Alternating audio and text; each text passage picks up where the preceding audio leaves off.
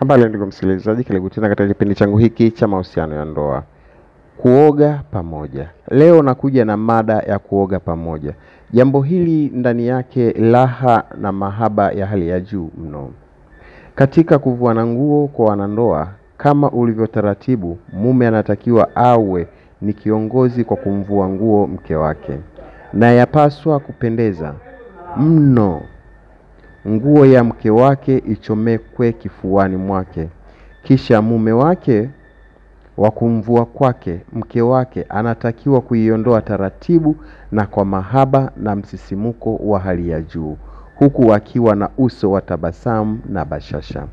Wala asifanye pupa kuivua kanga yake au kamtandio kake kwa nguvu kana kwamba anavua ngozi ya mnyama. Hapana, jambo halipo hivyo. Unachotakiwa ni kuwa mbele ya mke wako wakitazamana uso kwa uso, kisha mume chukua mikono yake kwenye kiuno cha mke wake, huku akipandisha kifuani mwake na kuiweka kwenye kifua cha mke wake ili kufungua na kuiondoa nguo yake kwa hali ya upole na taratibu.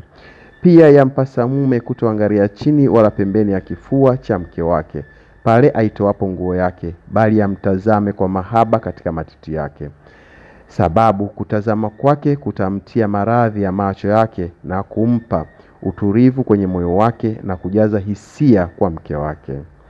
Mume hatakiwi kuwekwa pupa yake kwa kuondoa nguo ya mke wake, bali aiondoe taratibu kwa mahaba na huku akimsifia uzuri na kuusifia kile kilicho kifuani mwake.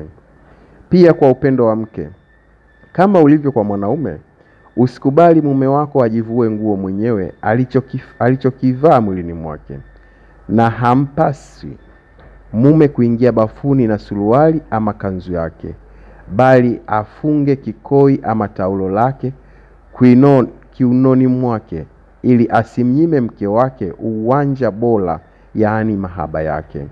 Na mke awe kipaumbele kumsogelea mume wake na kuondoa taulo lake, na huku jicho lake likizitazama sehemu zake kwa mahaba na tabasamu za kusifia kwa mume wake.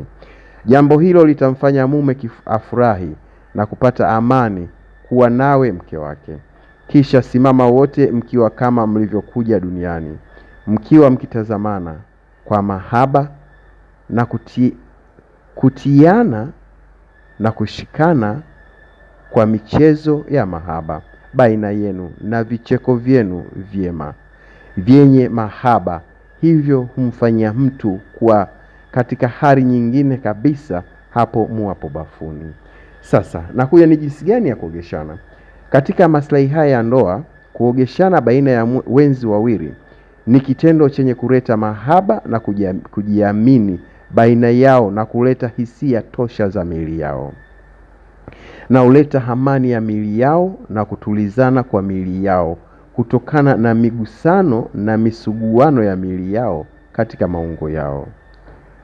Juu ya hili, yampasa mume kuwa kipaumbele cha kuanza uchokozi na mzaa wa kumgusa mwili wa mke wake na kuingiza mikono katika chombo cha maji na kumrushia mke wake katika maungo yake, pamoja na kuugusa mwili wa mke wake kwa kusugua katika viungo vyake kwa mahaba taratibu, pasi kutumia pupa ya kusugua. Na zoezi hilo halina haja ya dodoki, bali mikono na kiganja vya tosha, na huleta hisia za upendo na utulivu na nafsi ya mke wake. Katika hali hii, mume hatakiwi kuwa na haya juu ya kumsafisha mke wake katika kona zote za mwili wake, sababu yeye ni mali yake. Awe makini kuzisafisha sehemu bora za kiuno chake na kusugua haswa mapaja yake na kila penye kufika mkono wake, na asiwe mbali na mwili wa mke wake, sababu ili sharti la kuogeshana lipate kutimia ni lazima kwanza kuwepo na kukaribiana na kugusana pamoja na kusuguana. Na wala usitumie pupa wala nguvu kuzisugua sehemu za kifua cha mke wako, sababu hizo ni sehemu bora na zenye thamani, na kwa thamani yake yastahili kusuguliwa na mikono wenye sabuni haswa, ili zisiumie sehemu hizo wala kupotezana mzuri wake.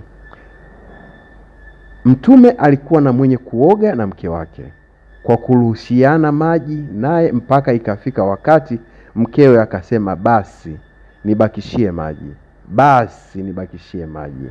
Na katika kauli hiyo mke alirudia neno basi, basi mara 2 na wala si moja.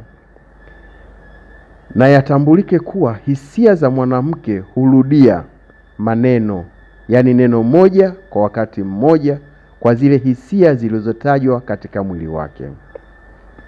Na ni ishara tosha kuwa Mtume alikuwa akiuchambua na kusugua mwili wa mke wake, na ndiyo maana hisia zake mke wake zikajurudia mara 2, tena maradufu kwa sauti iliyojaa mideko. Mke naye hafanye hivyo hivyo kwa mume wake. Basi kwa leo naomba niishie hapa kwa kipengele hiki kinachosema kuogeshana bafuni. Jinsi ya kuogeshana kwao, kuvalishana vivazi vyao, jinsi ya kurudia ndani mwao, kufutana maji ya mili yao, jinsi ya kupakana mafuta ya mili yao, kuvalishana mavazi yao, kuvuana nguo kwao, umuhimu wa kuvuana kwao, mavazi yao na matendo yao. Hayo ni vitu ambavyo niliamua leo kuzungumza kwenu ili nanyi mkajifunze na myatimize kwa wake zenu na waume zenu. Basi naomba niishie hapo. Usisahau kusubscribe page yangu ili tukutane wiki ijayo.